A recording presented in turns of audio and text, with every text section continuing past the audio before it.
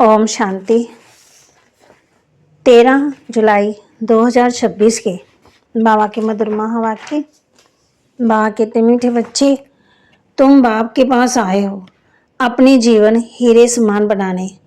बाप की याद से ही ऐसी जीवन बनेगी। तुम बाप के पास आए हो अपनी जीवन हीरे समान बनाने। बाप की याद से ही ऐसी जीवन बनेगी। प्रश्न, नई दुनिया में ऊंच पद के लिए कौन सा एक मुख्य पुरुषार्थ करना है? नई दुनिया में ऊंच पद के लिए कौन सा एक मुख्य पुरुषार्थ करना है? उत्तर, बाबा कहते, मीठे बच्चे, जिन पुराने संबंधियों ने इतना दुखी किया है, अब उनके मोह जाल से बुद्धि को निकाल एक मुझे याद करो। उनके साथ रहते भी मन को मेरे में लगाओ। मनमना भाव का मंत्र सदा याद रखो तो तुम नई दुनिया में ऊंच पद पाएंगे। गीत तूने रात गवाई सो के। ओम शांति। जैसे बच्चों को सभी शास्त्रों का सार समझाते हैं, वैसे इन गीतों का भी सार तुमको समझाते हैं। वही सबका रूहानी बाप रूहानी बच्चों को ब्रह्मा तन से बैठ समझा रहे हैं। बाप समझाते हैं, हे बच्चों, तुम जानते हो हमारा हीरे जैसा जन्म बन रहा है। बाप के पास आते ही हो हीरे जैसा जन्म बनाने। हीरे जैसा जन्म कहा जाता है स्वर्गवासियों का, कौड़ी जैसा जन्म है नरकवासियों का। तुम संगम युग को भी जान चुके हो। हम अभी संगम युगी वासी हैं। ये संगम युग सबके लिए कल्याणकारी है। इस संगम युग में ही सर्व की गति सदगति होती है। कौन करते हैं? परम धाम से आने वाला मुसाफिर। वह मुसाफिर है ना, तुम मुसाफिर नहीं हो, तुम आकर जाते नहीं हो। बाप कहते हैं, मैं पुरानी दुनिया में आकर फिर लौट जाता हूँ। बच्चे जानते हैं ये सेवा करने वाला सिर्फ एक मुसाफिर है जो आकर हम बच्चों की बड़ी सेवा करते हैं। ऐसी सेवा और कोई कर ना सके। सेवा के लिए पुकारते हैं कि आकर के हम पतितों की सेवा करो। बाप भी कहते हैं, हम बच्चों की सेवा में आए हैं क्योंकि बच्चे बहुत दुखी हैं। पुकारते भी हैं, हमारे दुख करो और शांति दो। और शांति दो, दो चीज हमेशा याद रहती है, सुख और शांति। यहाँ दुख और अशांति है, तब पुकारते हैं। बाप भी आकर सारा राज सृष्टि चक्र का बच्चों को समझाते हैं। बच्चे समझते हैं अब भक्ति मारा खत्म होता है। कलयुग का अंत माना भक्ति नीचे उतरती जाती है। ज्ञान से तुम्हारी चढ़ती गला हो जाती है। तुम ऊंच से ऊंच पद पा लेते हो। फिर वह प्रारब्ध का सुख कम हो जाता है। भक्ति तो भारत में जितनी होती है उतनी और कहाँ नहीं है। आधा गलत भक्ति चलती है। जब से द्वापर शुरू हुआ और दूसरे धर्म स्थापन होता शुरू होते, तब से भक्ति शुरू होती। भक्ति भी पहले बहुत अच्छी होती, जैसे स्वर्ग पहले बहुत अच्छा होता है, फिर आस्ते आस्ते कला कम होती जाती है। भक्ति शुरू होती है तो पहले पहले शिव के पुजारी बनते हैं। आधा कल्प कोई पूजा होती नहीं। फिर भक्ति मार्ग शुरू होता है और दूसरे धर्म भी शुरू होते हैं। इतनी भक्ति और कोई कर ही नहीं सकते। पूरा आधा कल्प भक्ति चलती है। ये भी तुम बच्चे जानते हो कि बाप जो सबका खास भारत को सदगति देते हैं, स्वर्ग का मालिक बनाते हैं, वही दूर देश का मुसाफिर आया हुआ है हम बच्चों को फिर से स्वर्ग की बादशाही देने। वर्षा भी कितना जबरदस्त है, परंतु एक भी बात किसकी बुद्धि में नहीं बैठती।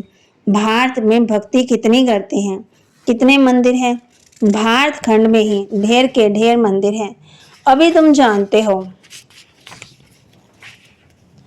ये किसके मंदिर है। पहले पहले तो शिव बाबा का मंदिर बनता, फिर बनते हैं देवताओं के। वह मंदिर भी तुम्हारे सामने है। एक तरफ शिव बाबा की पूजा करती, दूसरी तरफ शिव बाबा तुमको पूज्य बना रहे हैं, गुणवान बना रहे हैं। तुम यहाँ आए हो पूज्य देवता बनने। जो भी देवताओं के पुजारी हैं, वास्तव में वह भी आकर यहाँ ब्राह्मण बनेंगे। धीरे धीरे वृद्धि होती जाएगी। सभी इकट्ठे तो पढ़ ना सके, समय लगता है। कल पहले भी जिन्होंने पढ़ा होगा वही फिर पढ़ेंगे। एक दो को पढ़ाते रहना है। सबको बाप और सृष्टि के आदि मध्यांत का नॉलेज सुनाते हैं, जिससे मनुष्य स्वर्ग का मालिक बन सकते हैं। सो आकर समझो। तुम बच्चों की बुद्धि में है कि ये नाटक कैसे चक्कर लगाता है। कहानी कोई लाखों वर्ष की तो नहीं सुना सकते। तुम जानती हो 5000 वर्ष पहले क्या था, किसका राज्य था। भारत में हम पूज्य देवी देवताओं का राज्य था। याद आया है ना। हम पूज्य थे, फिर पुजारी बने। आगे ये पता नहीं था।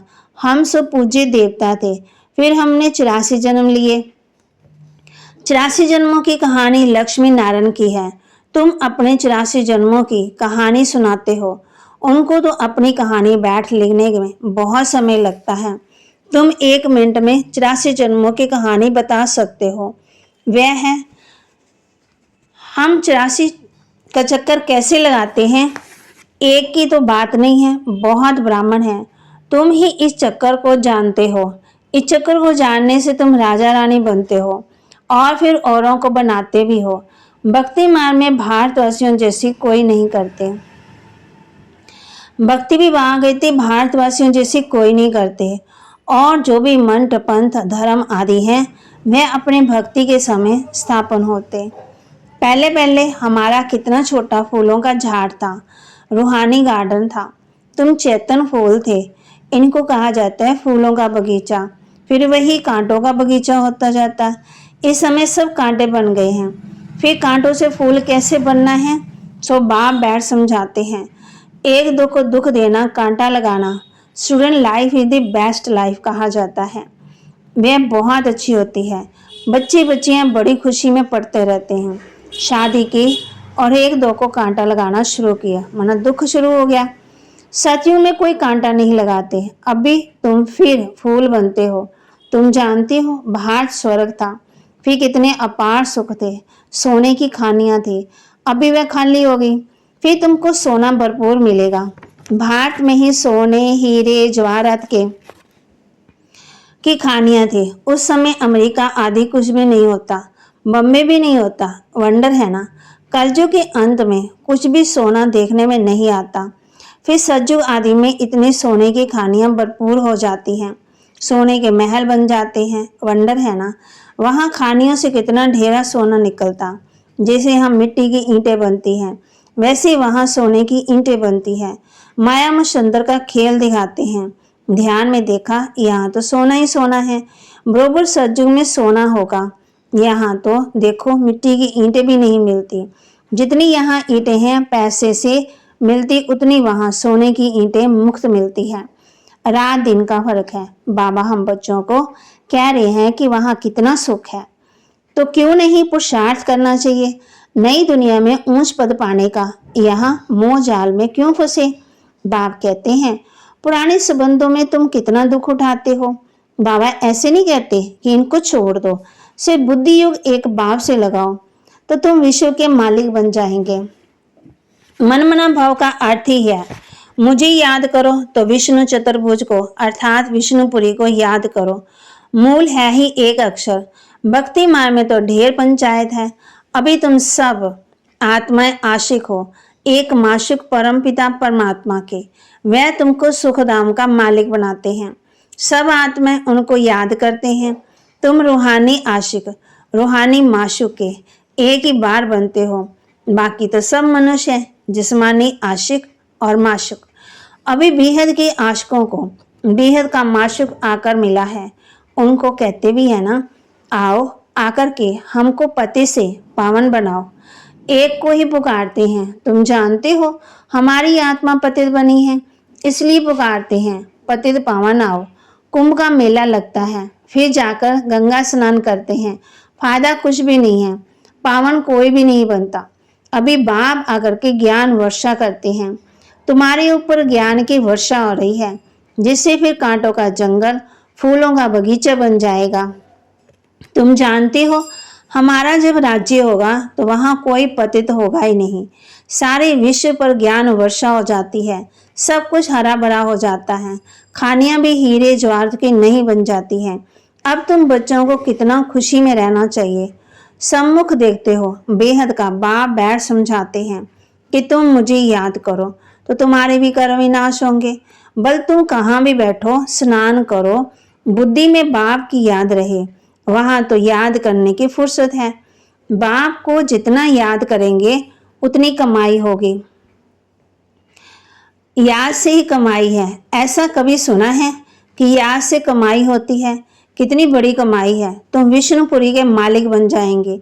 तुम जानते हो हम आत्मा का बाप निराकार है, उसने भी शरीर का आधार लिया है। भागीरथ का भी वर्णन है ना, भाग्यशाली रथ, जिस रथ पर परम पिता की परम आत्मा सवार होती है। आत्मा का रथ जब तैयार होता है तो जट आत्मा आकर के प्रवेश करती है। बाप को तो इस रथ में आकर सिर्फ नॉलेज देनी है। इनके भी बहुत जन्मों के अंत के जन्म में जब वानप्रस्थ अवस्था होती है तब बाप कहते हैं मैं आकर के इनमें प्रवेश करता हूँ अथवा इस रथ में विराजमान होता हूँ। बाकी कोई घोड़े गाड़ी के रथ की बात नहीं है। अभी तुमको ये ज्ञान मिला है। बाप बैठ सम्मुख तुम बच्चों को समझाते हैं। तुमको तो बहुत खुशी होनी चाहिए। ICS का इम्तिहान पढ़ते हैं तो बड़ा नशा रहता है। वह होता है सबसे ऊंच इम्तिहान। तुम्हारी भी ये पढ़ाई है, ये भगवान की पाठशाला है। अब प्रश्न उठता है भगवान कौन? क्या श्री कृष्ण या शिव बाबा? सबका भगवान कौन है सिवाय एक निराकार के? सब तो श्री कृष्ण को मानेंगे नहीं।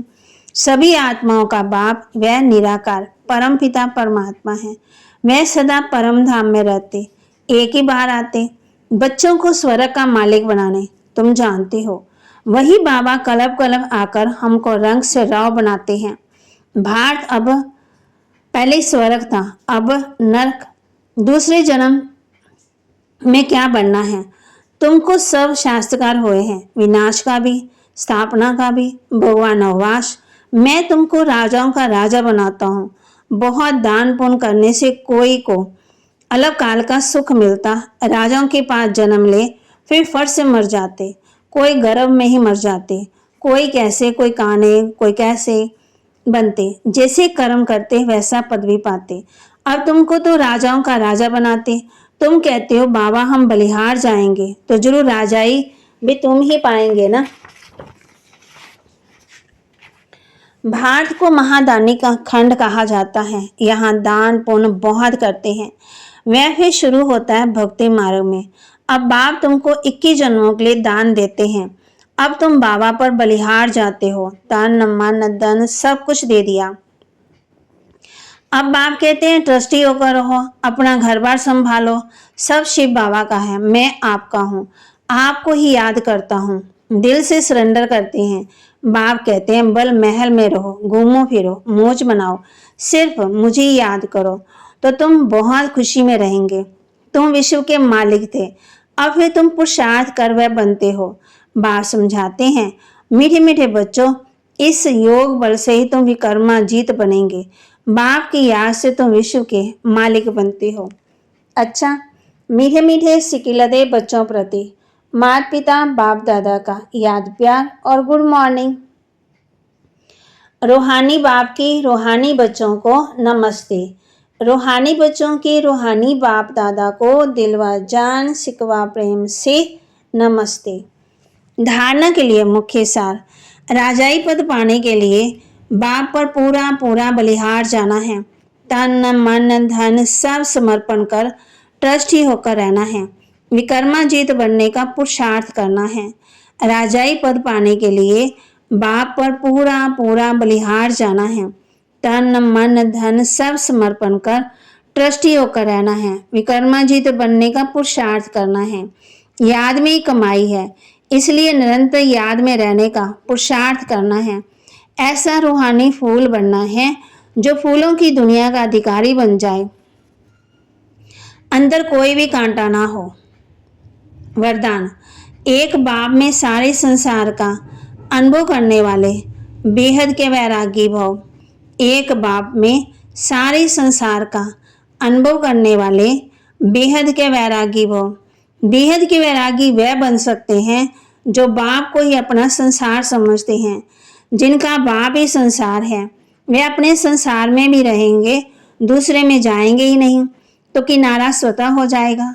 संसार में व्यक्ति वैभव सब आ जाता है। बाप की संपत्ति सो अपनी संपत्ति। इसी स्मृति में रहने से बेहद के वैरागी हो जाएंगे। कोई को देखते हुए भी नहीं देखेंगे, दिखाई नहीं देंगे। स्लोगन। पावरफुल स्थिति का अनुभव करने के लिए एकांत और रमणीकता का बैलेंस रखो। पावरफुल स्थिति का अनुभव करने के लिए एकांत और रमणीकता का बैलेंस रखो। अव्यक्त इशारे। ज्वाला स्वरूप स्थिति में रह शक्तिशाली याद का अनुभव करो। जैसे किला बांधा जाता है, जिससे प्रजा किले के अंदर सेफ रहे।